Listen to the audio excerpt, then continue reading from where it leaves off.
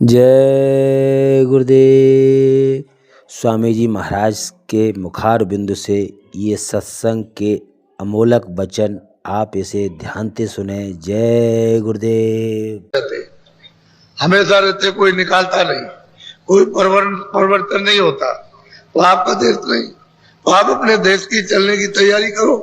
अब यह है कि कुछ साथ सामान, अरे कुछ गंदगी को नीचे छोड़ो।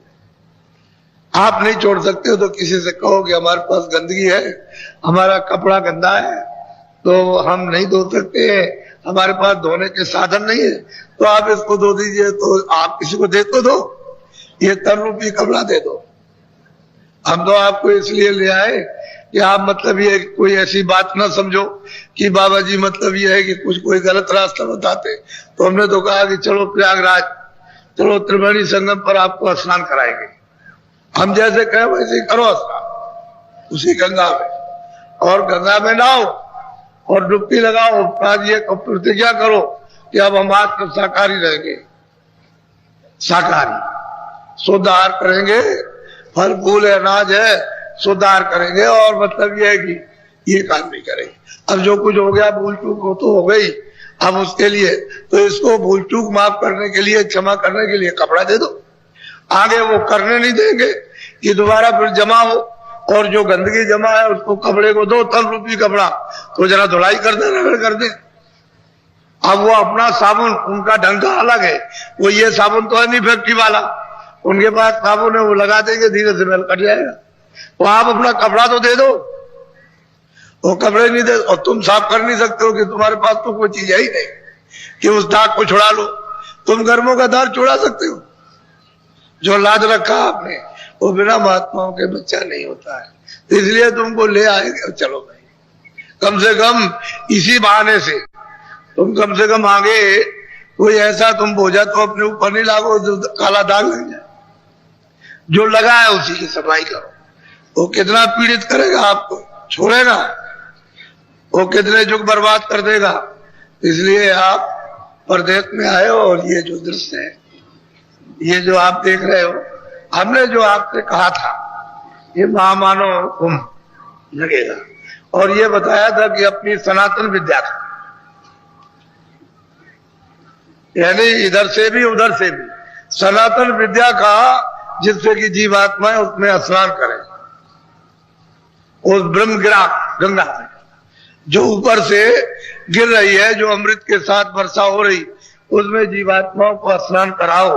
तो ये आपको बताया गया, तो सब जगह आपको कहा कि चलो चलो चलो चलो, तो हमने कोई ऐसी बात नहीं की, आपके सामने कोई असत्य व्यवहार झूठा नहीं किया, और आपके सामने ये समाज है, ये सत्यता की खोज है, ये मानव है, ये गुणों का भंडार है। इसमें आप अवगुण भर लिए और गुणों का विसर्जन कर दिया। जैसे आप मतलब पिंडदान करते हो, आदमी चला गया उसका करते हो आप, ऐसे आपने गुणों का विसर्जन कर दिया, श्राद्ध कर दिया और गुण भर लिए। तो बताओ कैसे काम होगा? तो अब तो गुण और गुण जाना चाहिए, गुण आना चाहिए। तो जिन स्थानों पर जो चीज प्राचीन से महात्माओं ने एक निर्धारित की थी कि आप उसका उपयोग करोगे, तो अब यह है कि चलो यही से शुरू, उपयोग तो कहीं ना कहीं से कर लो, क्योंकि महात्मा जहाँ रहते हो भूमि तो पवित्र हो ही जाती है, लेकिन आपने उसको ऊपर से गंदा कर दिया। तो असल चीज ये है कि तो ये दृश्य है, ये अनोखा दृश्य है। आपने 100 वर्षों में ऐसा देखा नहीं, ना इस तरह का सही सच्ची बात ना सुना भी नहीं, देखा भी नहीं, और रास्ता भी आपको नहीं मिला। ये भी तो अब आपको आज बताऊंगा कि भाई ये आदि ये रचना कैसे हुई है। वैसे तो हम आपको जब जब जब जब मालिक की मौज होती है तो ऐसे ही सुनाते रहते हैं, तो आप मतलब ये है कि उसको ये समझते होगे चलो भाई बाबा जी क्या। अब जो लोग जान गए वो तो उनकी तो बात छोड़िए, वो तो बहुत कुछ है, पढ़ाने पर, कराने पर, बैठाने पर, समझाने पर अब उनकी कुछ समझ में आ गया। लेकिन जो नए लोग होते वो बेचारे कुछ शंका कर बैठे, तो हम कोई ऐसी बात नहीं करते कभी भी। हम तो प्रमाण युक्त बात कहते थे कि भाई पिछले महात्मा प्राप्त करते चले आए और आगे भी प्राप्त करते जाएंगे। ये सिलसिला महापुरुषों के आने का 700 वर्ष के अंदर जो महापुरुषों ने, यानी उस मालिक ने उनको भेजा जीव कल्याण के लिए कि जाओ जाकर के जीवात्माओं को मृत्युलोक में जगाओ और जगा करके उनको सहारा दो, हिम्मत बढ़ाओ, धीरज बढ़ाओ। फिर यह है कि जो कुछ उन्होंने किया उसको माफ करो और ले आओ हमारे पास में। तो 700 वर्ष के अंदर ये महापुरुषों का आना हुआ, बराबर अभी जारी रहेगा। कोई रुकने उकने का मामला नहीं है। वो तो आएंगे और अपना काम करेंगे जीवों के साथ में। तो इसलिए यह अनाथ सनातन जब हम आए थे वो हमारी पूरी विद्या हमारे पास थी, उसमें कोई कमी किसी तरह नहीं, और सर्व शक्ति थी अपने पास में। वो तो शक्ति बाद में छीण की गई है। तब अगर शक्ति छीण की जाती तो इस जीवात्मा को कोई काबू में नहीं कर सकता था। उसकी शक्ति छीण करके धीरे धीरे धीरे धीरे और उसमें ला करके बांध दिया, तब ये फंस गई आकर के। अब अगर कहीं निकल जाए महापुरुषों की मदद से, दया से, उनकी कृपा हो जाए और निकल जाए तो इसको कौन वशीभूत कर सकता? ये तो जिसकी है उसी के पास जाएगी। यहाँ तो किसी की है नहीं, ये तो ईश्वर की भी है नहीं है। ये जीवात्मा सूरत न ये ब्रह्म की है, न वो मतलब पार ब्रह्म की है, न उस स्वर्ग में ब्रह्मा विष्णु महादेव की, न स्वर्ग की है, न यहाँ किसी राजा की है। ये तो जीवात्मा बस बंधी है तब तक है, और जैसे ही ये खुली तो सिवाय अपने घर के दूसरा कुछ नहीं, यहाँ वो है ही नहीं। तो जरा सब विवरण पूरा पूरा आप बड़े ध्यान से सुनिए ताकि आपको ये जानकारी हो। बोलो। वेद वचन तेरे गुण विषय, तीन लोक की नीत, चौथे पद के हाल को यह क्या जाने मीत। कहते कि वेद वचन ये 3 लोक की नीति है।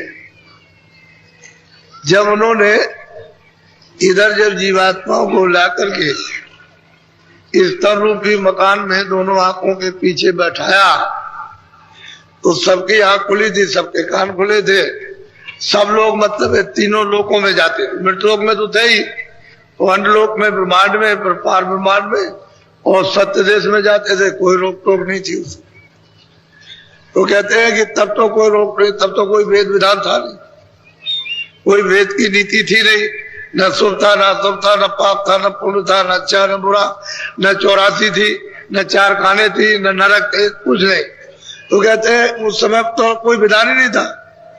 लेकिन जब वो विधान, क्यों कि जब ये आए, इनकी आयु रखी 1 लाख बरस की।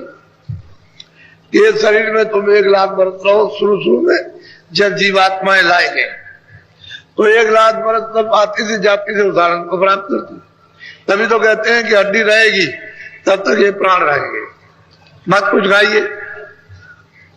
10-10 हजार पेड़ों पर उल्टे टंगे रहे और खाली वायु का आहार किया और बाकी कुछ नहीं किया, तब भी ये शरीर 10-10 हजार वर्ष तक उल्टे पेड़ पर टंगे रहे और हवा का आहार करते रहे, तब ये शरीर बना रहा। 1 लाख वर्ष की आयु इसकी, तो जब तक हड्डी रहेगी तब तक प्राण रहेंगे। उस समय का यही था। तो ये सब मतलब यह है कि जब समय पूरा हुआ तो जिनका पूरा हुआ वो निकल गए वापस अपने घर में, अपने देश में चले गए। फिर दूसरों का जब समय कि उनका जन्म हुआ तो उनको 1 लाख बरस की उनका समय, वो भी चले गए। फिर और तीसरों का इस तरह से, यानी अनगिनत खेप 1-1 लाख बरस पूरा करने पर वो जीवात्मा निकल गई। क्योंकि कोई तो बंधन तो था नहीं, कोई रुकावट नहीं थी, कोई नियम नहीं। बाद में फिर ये देखा कि भाई ये तो लोग सब चले जाएंगे, और हमने बहुत तपस्या की, तो ये तब किया इन्होंने बहुत। तब जाकर के वो सतपुरुष से प्रसन्न, मालिक से प्रसन्न हुए। कहने लगा अच्छा मैं तुमसे बहुत खुश हूं, तुम क्या चाहती हो?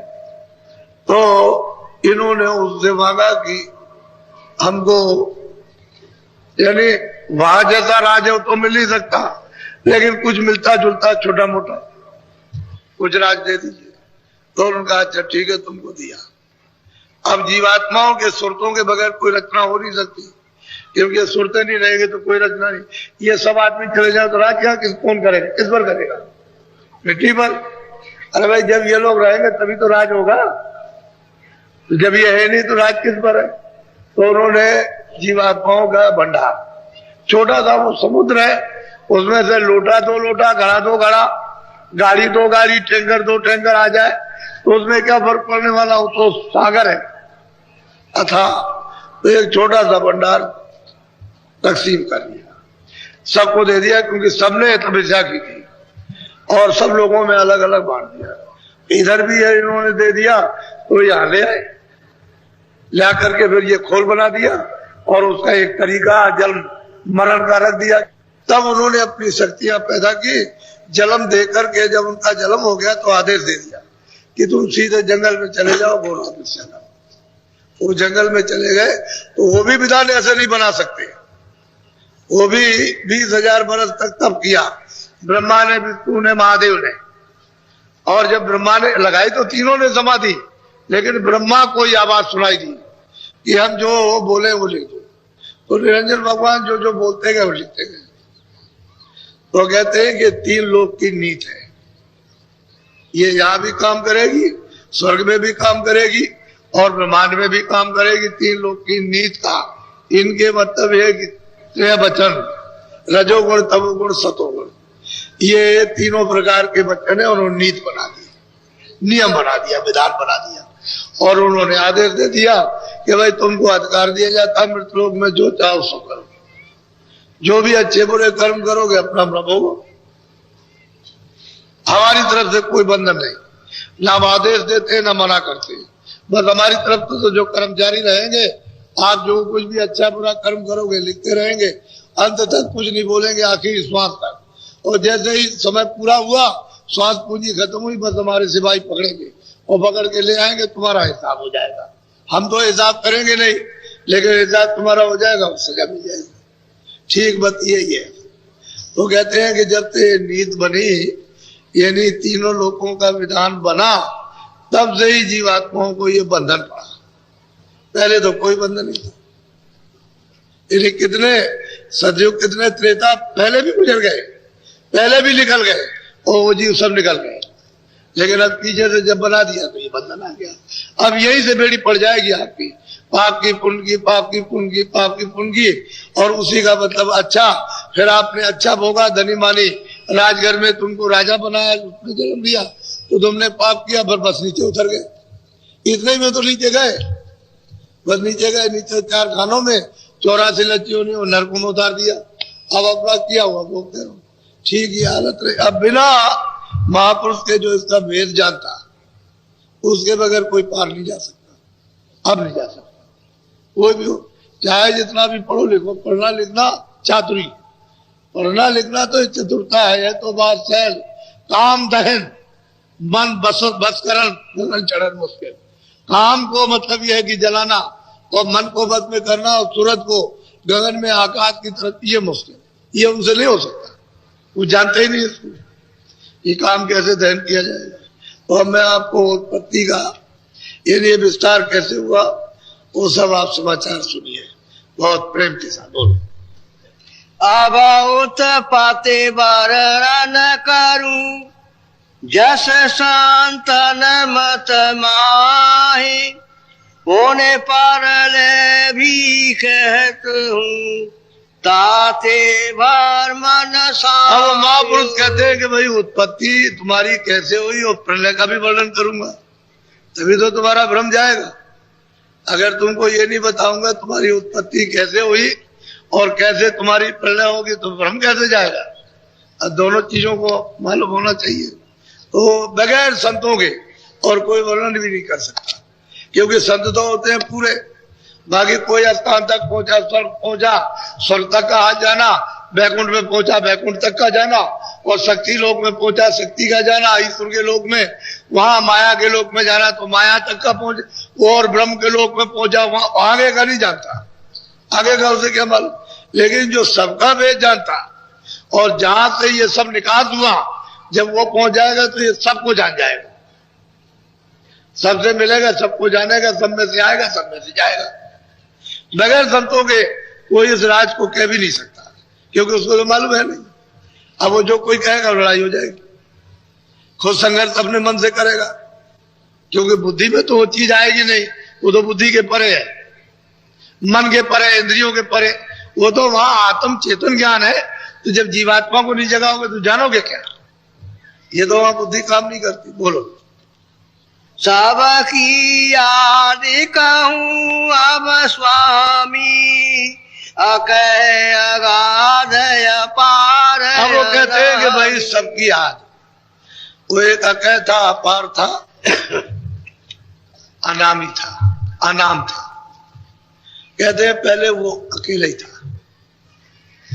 अब उसी में सब कुछ।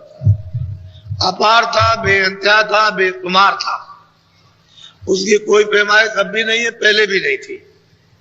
और अनामी था, उसको कोई नाम नहीं, न पहले नाम है न अब है। पहले भी नाम नहीं था उसका, अब भी नाम नहीं। अब वो तो आप भक्त बन करके कुछ भी आप नाम सिद्ध कर लीजिए, वो तो अलग बात, वो तो अब भी अनाम है। कहते हैं वह कह अपार और अनाम, अकेला था। न ईश्वर थे, न ब्रह्म थे, न पार ब्रह्म थे, न धरती थी, न गगन है, न स्वर्ग है, न बैकुंठ है, न ब्रह्मांड है, न पार ब्रह्मांड है, न वेद है, न कतेब है, न कुरान है, न पुराण है, न सूरज है, न सितारे है, कुछ नहीं। कोई चीज कहते हैं कुछ नहीं था, मैं अकेला था।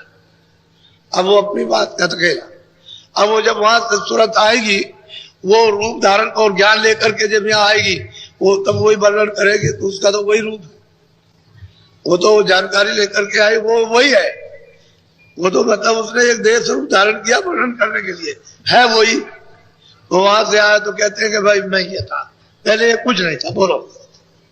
तीन से अगम पुरुष प्रगटाए, अगम लोक में अब वो वर्णन करते हैं कि जब रचना का विस्तार शुरू किया, इच्छा और मौज अनामी पुरुष की हुई, तो उन्होंने अपने से अगम पुरुष प्रगटाए। अरे मतलब यह है कि उन्होंने अपने पुत्र अगम लोक में उनकी बैठक बनाई कि देखो ये तुम्हारा लोक है, इसमें तुम रहो। अब हमारी इच्छा है, कुछ मतलब है रचना करने की, तो अपने से अलग अगम पुरुष उन्होंने अगम लोक में स्थापित कर दिया। बोलो। अलख पुरुष का हुआ उजाला, अलख लोक उन और तीसरे पुत्र हैं अलग पुरुष। अनामी पुरुष के तीसरे पुत्र हैं अलग पुरुष, और वो अलग लोक में उनको स्थापित कर दिया। उधर अगम लोक, उधर में अलग लोक, ये दो हो गए। बोलो।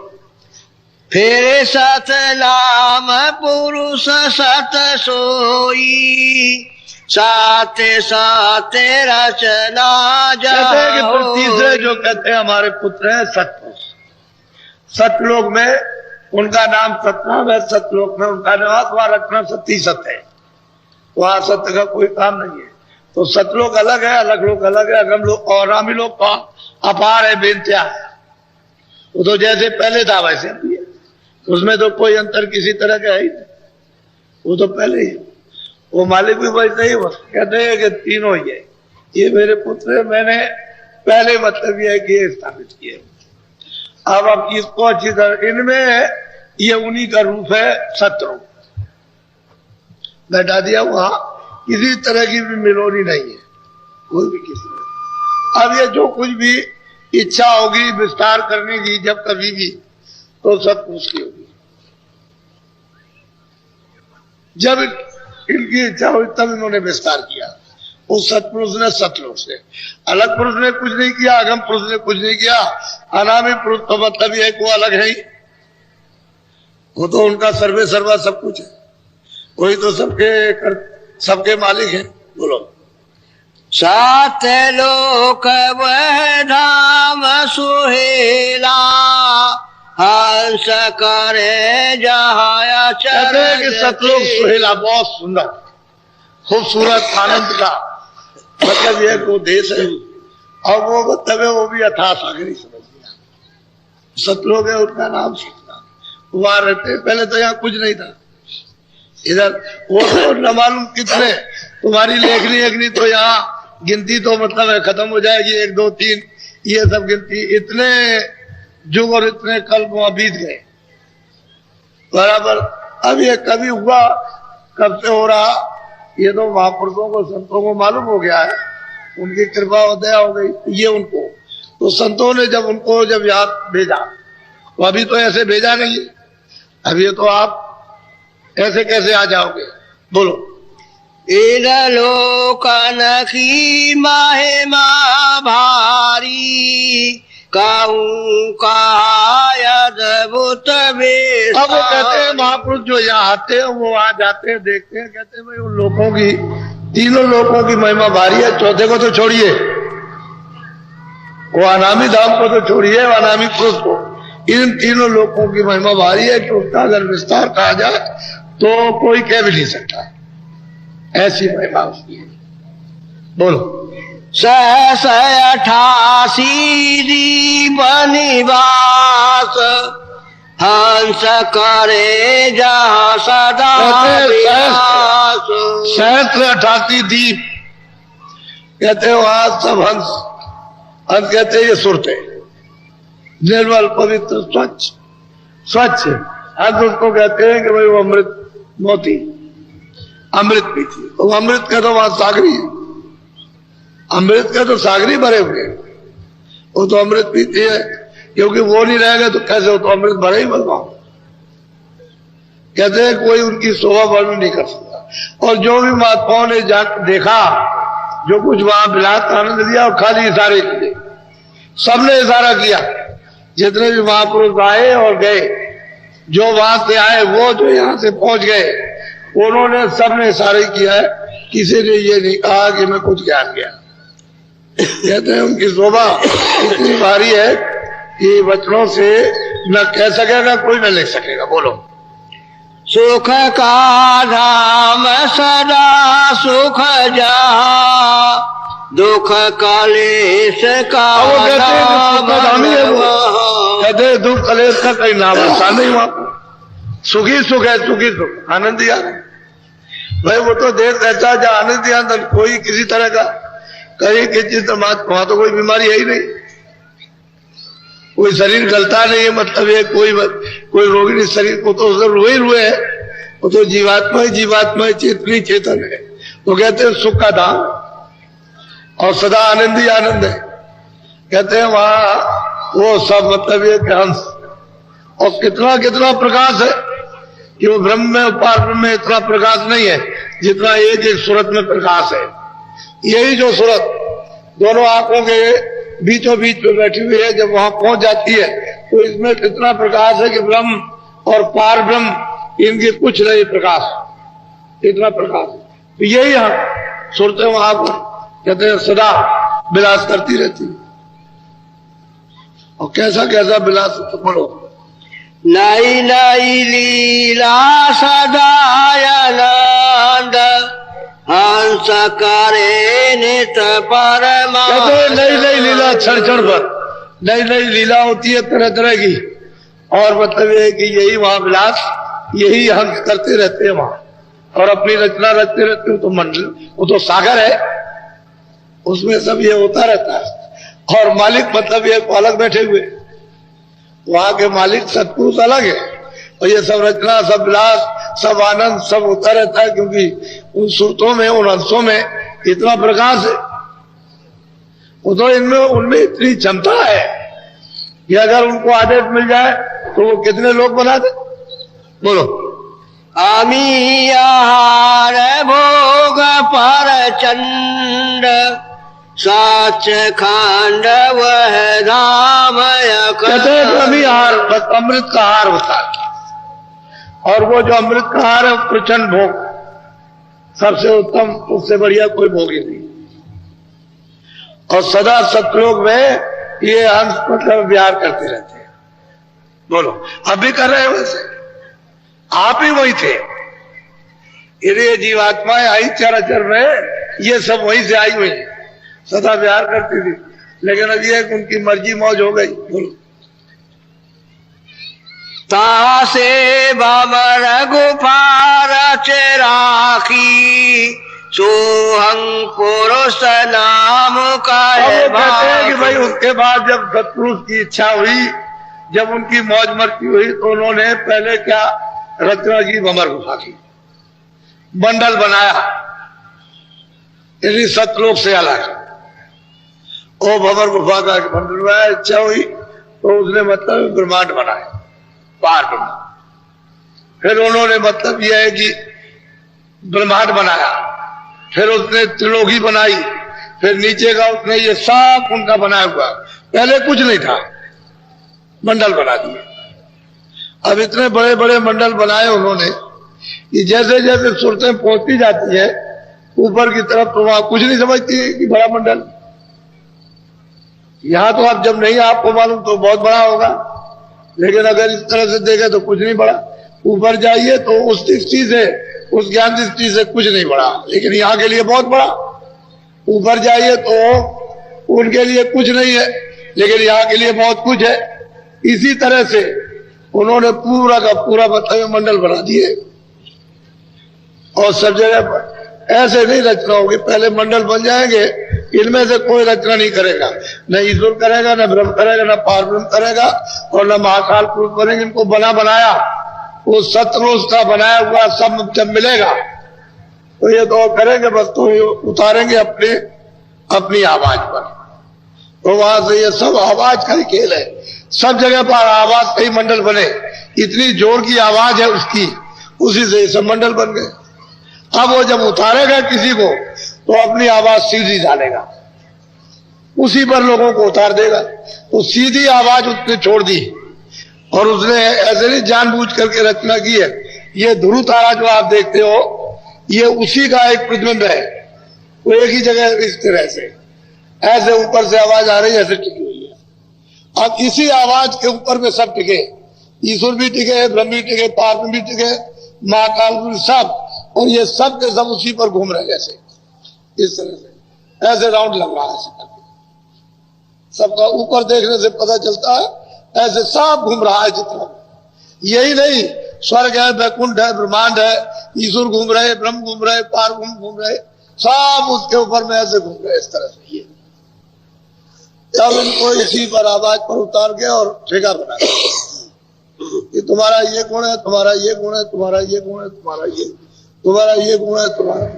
अब ये अपने अपने स्थान पर, सैदल कमल में, त्रिकुटी में, दक्षिण द्वार में, भंवर गुफा स्थान पर ये सब बैठ गए जैसा उसने, और ये तपस्या करने लगे उसी का दान। पहले तो यहाँ कुछ नहीं था, किसी लोग में कुछ नहीं था, कोई भी सूरत नहीं, बस मंडली मंडल थे। अब ये तपस्या करते रहे, कितने युग बीत गए। अब महापुरुषों ने कहा कि इसका कोई हिसाब नहीं था, इतने युग बीत गए।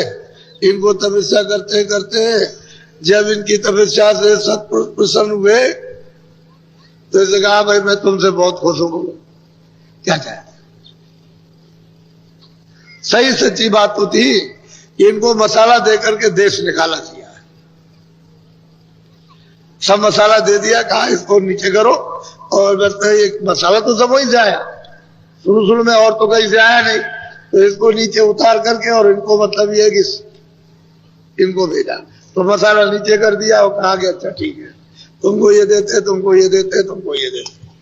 और फिर सुरतों का भंडार उसी आवाज पर, उसी सद पर, उसी नाम पर, उसी देवबाणी पर, उसी बाजा पर उतार दिया, पूरा का पूरा भंडार उतार करके ले आए, और जगह जगह छोड़ते आए। जो जहां जिसको दिया था भंडार, उतना उसको छोड़ दिया, उतना उस स्थान पर, उतना उस स्थान पर।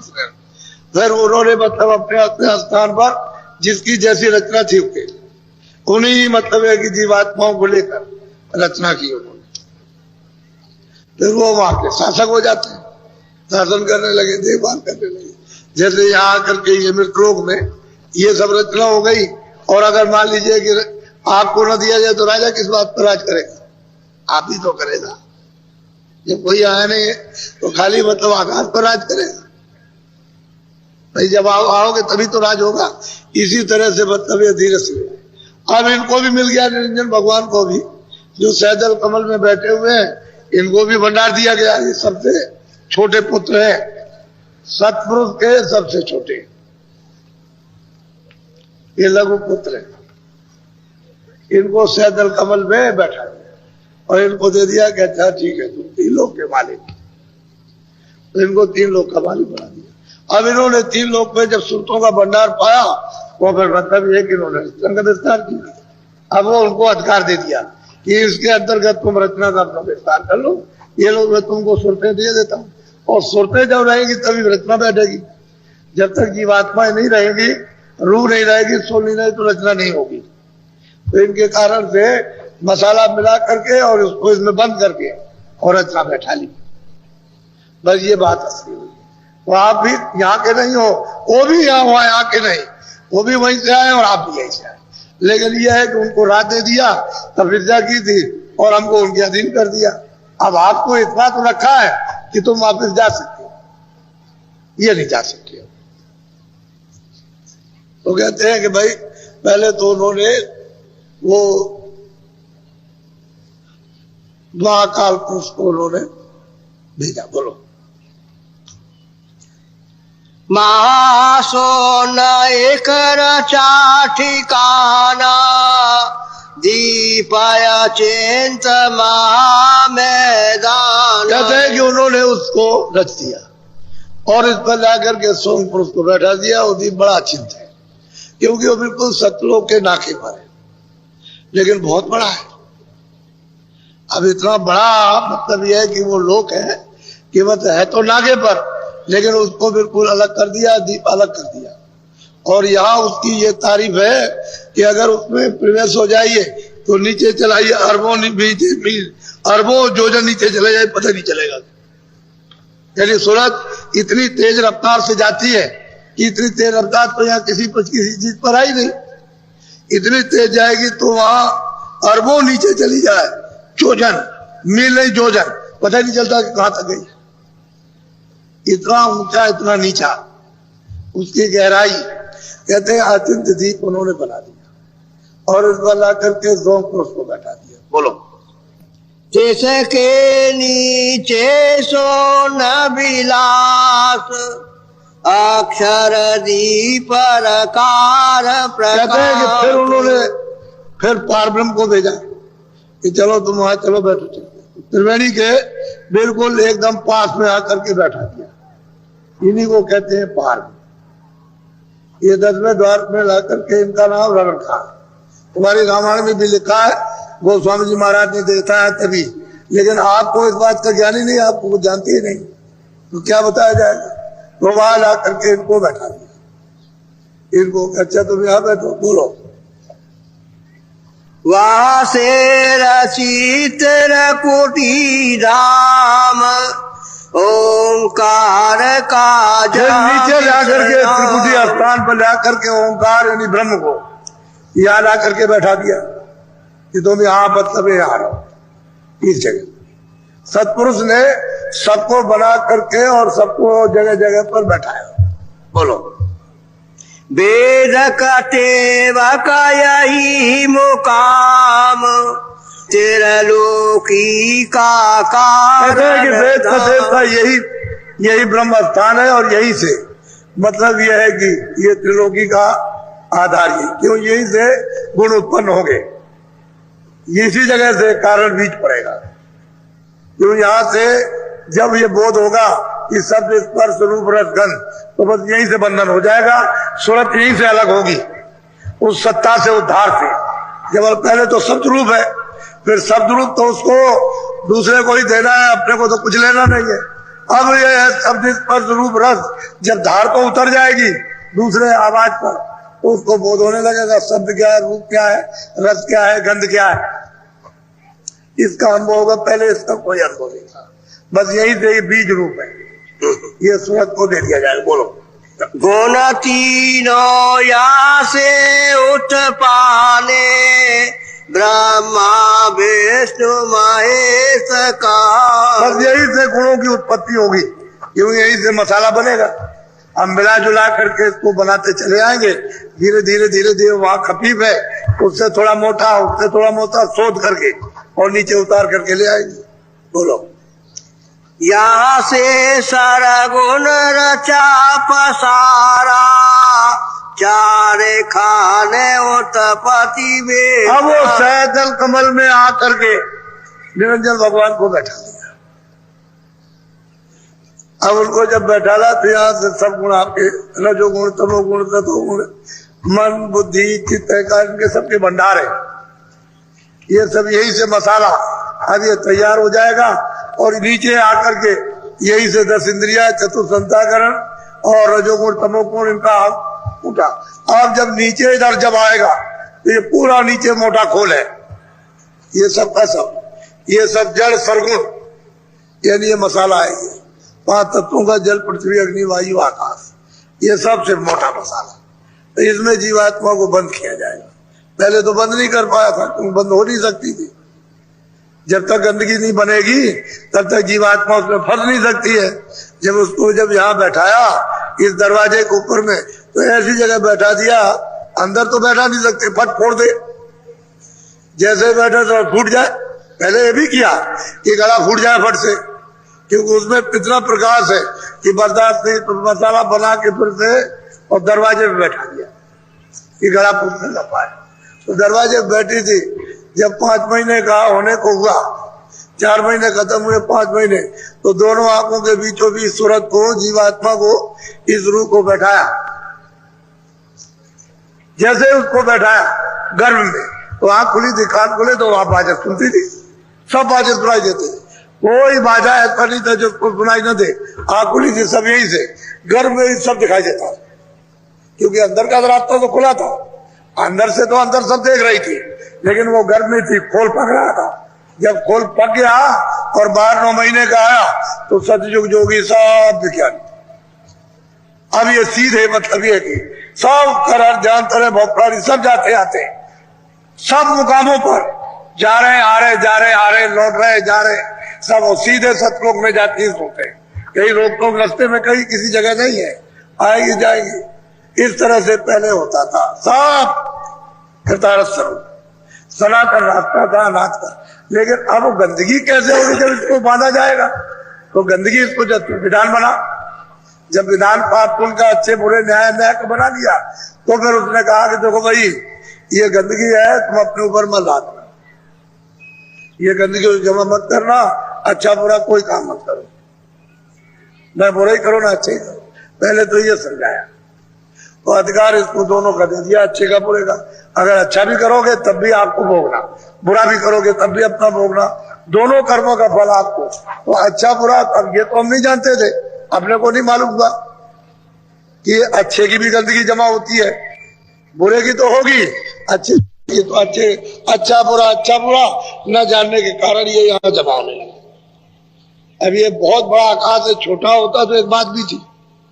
अब ये संसार के आकाश से कितना लाखों हिस्सा कितना ज्यादा है इस जीवात्मा का हृदय, उसका ये दिल है इतना, उसमें आकर के सब गंदगी जमा होती रही और आप इसको पहचान नहीं सके। वो तो अंत में धोखा हो गया। जैसे कोई आदमी है, चारों तरफ से घेर लिया जाए और जाने न दिया जाए, कर भाई ये क्या हो गया। ऐसे ही जीवात्मा को एक कौतूहल हो गया कि ये क्या हो गया। जब आकाश मैला हुआ और जब इसको कम दिखाई दिया, कम सुनाई दिया, तो ये हो गया कि ये क्या हो गया, तो सब आकाश मैला हो गया। अब तो हमको कुछ नहीं दिखाई दे रहा और कुछ सुनाई नहीं दे, इसी में गिर गई, घेर लिया उस गंदगी से, बस घेर लिया। तो अब क्या कर सकते। अब दरवाजे पर उसने ये सुराख बनाए थे, ये इधर ये कान के नाक के, तो इसमें इसका प्रकाश इधर हो गया। अब ये प्रकाश इधर फैल गया, ऊपर की तरफ का प्रकाश बंद हो गया और आधार भी आपका चला गया। जो नाम को पकड़े थे, जो रूप को पकड़े, वो सब छूट गया। देखने का भी छूटा और सुनने का भी छूटा और निराधार जीवात्मा हो गई। अब आप फंस गया। ये इस तरह से घेर घार करके बड़ी तरतीब से जीवात्माओं को घेरा गया। ऐसे घेरने में नहीं आती, वो तो सबसे चतुर थी। अब ये घिर गई तो कितने युग बीत गए, कितने युगों के बाद घिरी। कोई 1-2 युग नहीं, 1-2 कल्प नहीं, कितने कल्प और युग बीते हैं, तब बड़ी मुश्किल से घेर पाया। ऐसे जीवात्मा घेरने वाली नहीं। लेकिन अब क्या करें, मालिक की जो मर्जी थी हो गया। अब वो कहते हैं भाई विस्तार तो ऐसे हो, बोलो जन्मे मारे जीव राशि काल निरंजन। अब वो कहते हैं कि भाई क्या करें अब जीव, जब यहाँ आकर के सरगुण में यानी साकार में मनुष्य रूप भी इस मकान में आकर के जब जीवात्मा है उनके साथ में नियम बना करके और उनको बांट लिया। अब जीव बेचारे क्या कर सकते हैं? खान 84 उसने ये सब बना दिए और बनाने के बाद में इसमें से निकाल कर उसमें बंद करने लगा। चलो तुम पंछी में चलो, तुम जानवर में चलो, तुम कीड़ों में चलो, चलो तुम नरकों में, बस इसमें अपने अपने कर्मों की सजा भोगने लगे। अब वहां रोते चिल्लाते वहां कोई सुनने वाला नहीं, कौन सुनेगा? वहां कौन जाएगा? जब आपकी यहाँ कोई नहीं सुनता है, घर में रहते हो यहाँ, तो वहां कौन जाएगा सुनने के लिए? बस फिर अपने अपने कर्म का भोग और वो अलग हो गया। तो ये मतलब है कि जीव के लिए तो फांसी पड़ गई। और ये किसने किया है? निरंजन भगवान ने, जो सैदल कमल में बैठे हुए 3 लोग के मालिक, उन्होंने मतलब ये तपस्या करके मांग करके ये जाल बिछा दी। पहले उन्हीं की पूजा करा दी, क्योंकि दरवाजे पर तो वही है। कहते हैं तुम पहले ये सुनो, ये देखो, तुम पहले इनका ध्यान करो और इनकी आवाज को सुनो। जब इनका ध्यान करोगे, आवाज को सुनोगे, तो तुम्हारा इनके देश का पाप पुण्य कट जाएगा। तो किसी के कुछ नहीं, सबकी पूजा करा लेते हैं तुम्हारी। इसीलिए तो बाधा नहीं डालते थे। जीव के लिए मुश्किल है, उसके लिए तो आफत है बेचारे के लिए। और कुछ नहीं है, जरा देर में अगर रात कोई स्वप्न में हम कर जाए तो बस उसी में तुम पागल हो गए। क्या देर लगती है? वो बहुत जी जब ध्यान कर रहे थे ऐसे और आंख बंद किए होते, तमाम गोजर, सांप और बिच्छू और ये और शेर, चीता, भालू ऐसे खाने में दौड़ रहे। क्या आप नहीं दौड़ते क्या? वो सब सामने आते हैं। जब दृष्टि खुलती है, ज्ञान तीसरी आंख, सब आते हैं। बड़े बड़े सांप जहरीले फुसकार मारते हैं, फौरन बेहोश हो जाओ। ऐसे तो जैसे उधर से गरजेंगे, जोर से दहाड़ेंगे, तो कितने लोग टट्टी पेशाब निकल जाए, मर जाए उसी समय। ये तो लेकिन वो महापुरुष जब जीव को ले चलते हैं तो देखने को तो सब मिलता है, कोई चीज छूटती थोड़ी है जब आंख खुलेगी। जब तीसरी आंख, तीसरा नेत्र खुलेगा तो कोई छूटने वाली चीज नहीं है, सबको दिखाई देगा। कौन कहां पर है, राम कहां से आए, कृष्ण कहां से आए, बौद्ध कहां से आए, महावीर कहां से आए, और मतलब यह है कि कहां से मोहम्मद साहब आए, ये सब दिखाई देता है। आपको क्या मालूम होगा?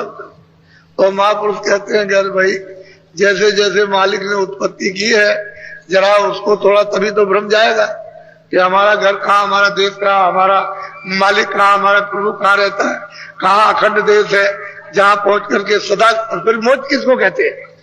मौज तो उसी का नाम है कि अब कभी दोबारा लौट के नहीं आना। खाली मौज मौज की बात करते वो जानते ही नहीं। जब मौज नहीं मौज लिखा है आपकी किताबों में और नहीं जानते तो फिर क्या मालूम? तो छुटकारा हो जाता है फिर किसी के जाल में ये जीव फिर नहीं आता। लेकिन महापुरुषों के ही द्वारा जाएगा, दूसरा कोई रास्ता नहीं, और कोई जाने नहीं देगा। जब और कोई जीव को जाने नहीं देगा तो बगैर उसके कोई नहीं जा सकता। बोलो। वह दयाल पद कोई न पावे, निर्गुण सरगुण चक्र। सही और सच्ची बात कोई है कि वो दयाल जो सबसे अलग है, कहते हैं उस पद को कोई पाता नहीं। और निर्गुण सरगुण ये भी उससे अलग हो गए। अब एक दूसरे से सब डर रहे हैं। ईश्वर डरता ब्रह्म से, ब्रह्म डरता पारब्रह्म से, और महाकाल पुरुष से सब डर रहे, और महाकाल पुरुष सतपुरुष से। तो तुम्हारी कौन हस्ती है जब वही थर-थर कांप रहे ऐसे करके? इस तरह से वही डर रहे कि जरा सा अगर कुछ हो जाए तो सेकंड भी नहीं लगेगा, एक पल भी लगे, सब विनाश हो जाएगा, सबका सब। वो डरते हैं। और तुम बेचारे क्या, तुम तो जीव हो, तुम तो इस गंदगी में फंसे हुए, तुम्हारे लिए तो बड़ी दुर्गत जब ये खुद डर रहे। बोलो। अब पारले का खूले का, जस से मटाव जगत का। भाई अब ये तो उत्पत्ति हो गई इस तरह से, कहां से ये हुआ? ये सब सतलोक से हुआ, सतपुरुष इच्छा, वही इनका सबका मालिक। अब ये जब उत्पत्ति तो कर दी और जीव भी यहाँ आ गए, और यहाँ 4 खाने बन गई, 84 लत्तियों बन गई, ये तमाम पूरा विधान बन गया, ये स्वर्ग वैकुंठ और ब्रह्मांड बन गए, ये सब हो गया। ये अब जीव बेचारे चले गए। अब जरा सब सुनो, प्रलय किसको कहते हैं उसको जरा सुनिए। बोलो। काल आए जीवन को ग्रासा, जीव समाने काल की आप कहते हैं कि भाई जब समय पूरा हुआ, ये मनुष्य शरीर का समय जब पूरा होता है तो श्वासों की पूंजी उसने दे रखी है, उसी की उम्र बना लीजिए आप। जितनी गिनती की मिलती है श्वासों की पूंजी, उसी का एक अंदाजा कर दिया जाता है। भाई तुम्हारी 50 वर्ष की, 60 वर्ष की, 10 वर्ष की, 20 वर्ष की उम्र हो बस ही, लेकिन बीच में आपने जल्दी जल्दी श्वास निकाल दी नाक से मुंह से, तो पूंजी खत्म हो जाएगी, तो आपको जल्दी जाना पड़ेगा। वैसे कोई उम्र नहीं है, श्वास है, श्वास की पूंजी है जो नाक मुंह से जो बाहर आती और जाती, यही पूंजी खत्म हो जाए बस। तो कहते हैं जैसे ही तुम्हारी श्वास पूंजी खत्म हुई कि समय पूरा हो गया, वैसे वो आएगा एकदम से अपने सिपाहियों को हुक्म देगा कि देखो भाई उसकी श्वास पूंजी यहाँ से खजाना, ये खजाना यहाँ से तार लगा है खत्म होने का, तो ऊपर में तार लगा हुआ उसका खजाना। कहते देखो ये खाली हो गया और तुम लो ये वारंट लो और जल्दी से जाओ उसका मकान खाली करा लो। तो 1-2 सांस रहती है, 2-4 श्वासें रही तब तक वो आ गया, क्या लगा देखो ये हुक्म हो गया मालिक का, खाली करो आप। मतलब ये है कि देख करके बस बिल्कुल आंख बंद, कान बहरे, बुद्धि पागल बस की है, उसको मतलब ये खींचने लगे तो इधर से खींचते हैं गुदा चक्र, प्राण खींचते हैं उसका सब छट छट, ये सब चटकता है, यहाँ का जवाब दे जाता है। ये सब ये कुछ नहीं है, जैसे मतलब बिल्कुल मुर्दा हो गया, खींच करके उसको ले आते हैं इधर में, मतलब ये कि नाभि, फिर इसके बाद में हृदय में, यहाँ कंठ में घसीट करके ले आया, सीमेंट करके तो गुर गुर गुर कुछ नहीं, अब घुर्राता है यहाँ पर, जैसे मतलब बात का पित्त होता ऐसे यहाँ पर घुर्राता है बस, यहाँ से बस ये सूरत यहाँ बैठी बस सट से खींच लेता, खींच लिया।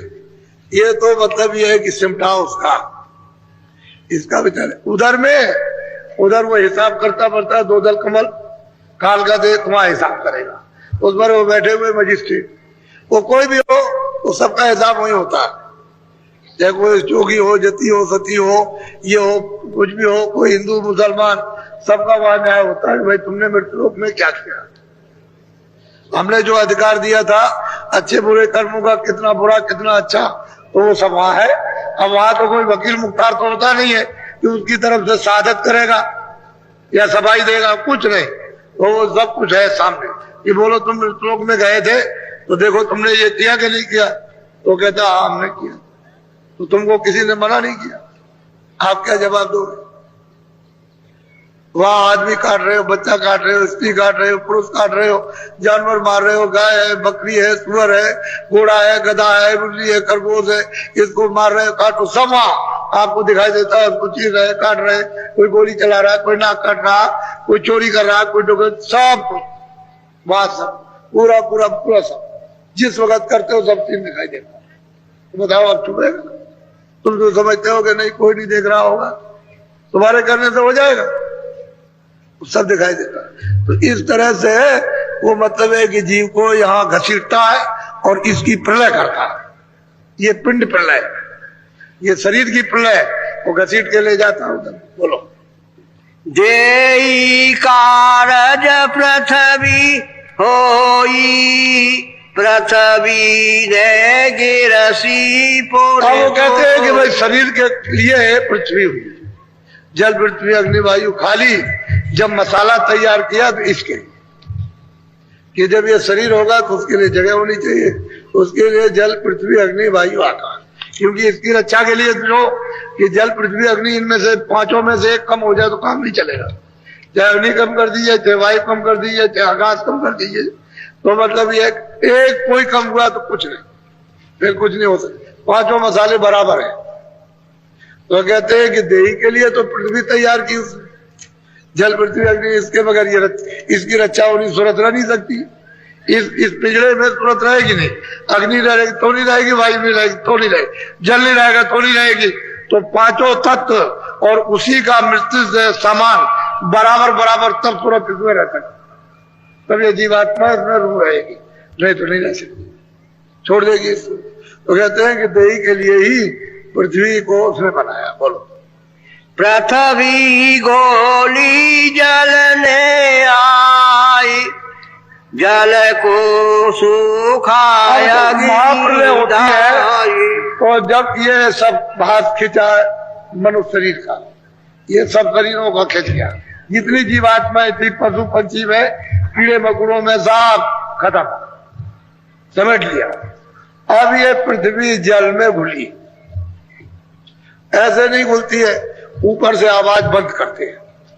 जब उन्होंने अपने मुंह की आवाज को बंद किया तो ये जितने पहाड़ हैं जो आप तोड़ते हो, ये ऐसे हो जाते हैं बुर बुर जैसे राख, एक क्षण के अंदर। क्षण तो बहुत ज्यादा समय, उससे भी कम, यानी बिल्कुल भुर भुर भुर भुर ऐसे हो जाता है जब वो आवाज बंद करता है। बस ये सारी पृथ्वी एकदम से दस से जलमय हो जाती है, पूरा का पूरा जल हो जाएगा। कई एक रेशों को भी कहीं पृथ्वी नहीं रह जाएगी, ना कोई पेड़ रह जाएंगे, कोई चीज नहीं रहेगी, सब बराबर जलमय। ये सब नदी नाले, सब ये तालाब घर, कुछ नहीं, सब बराबर। अब वो कहते हैं कि भाई जल ने पृथ्वी को ऐसे बोल लिया, उसने आवाज बंद कर दी, बस खत्म। ये राग बनी बस एकदम, बस हिलोर हुई, हिलोर तो समुद्र में हो ही नहीं, बस साफ एकदम से उसमें मिल गई, पानी का रूप हो गया। बोलो। अग्नि मेरी पवन के रूप, पवन हुई आकाश। अब यही मतलब यह है कि अग्नि ने जल को सोख लिया, क्योंकि अग्नि के बगैर जल सूख नहीं सकता। ये पांचों तत्व अपने अपने में खिंचेंगे तभी काम बनेगा। तो जल ने पृथ्वी को खोल दिया, अब जल को कौन सोखेगा? अग्नि।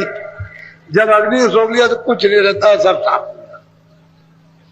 फिर इस अग्नि को वायु अपने में खींचती है, और ये वायु को आकाश में लिया। अब ये पांचों चीजें हैं, यदि यहां तो उठ करके सब आकाश में चला गया, अब खिंचाव हो जाएगा। बोलो।